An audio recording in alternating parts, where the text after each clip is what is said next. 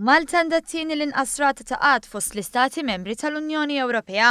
Tixedda l-statistika pubblikata mill-Eurostat li turi li fix-xahar ta' Mejju ta' din is-sena irriżulta li l-inqas rati ta' qatt kienu reġistrati fir-Repubblika Ċeka b'4%, Malta b'4.1% u l-Ġermanja b'4.2%.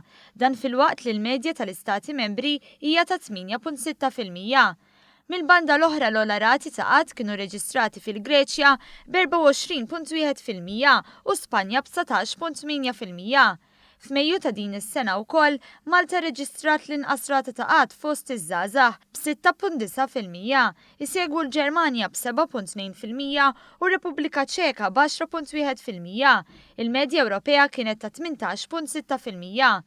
Minnaħa l-oħra l-Greċja, Spanja, l-Italja u l-Kroazja irreġistraw l-akbar rati ta' qatt fost iż-żgħażagħ fost il-pajjiżi Stati membri tal-Unjoni Ewropea. Din l-aħbar intlaqet pożittivament mill-Partit Laburista li tenna li Malta tinsab on track biex tkun l-aqwa fl-Ewropa.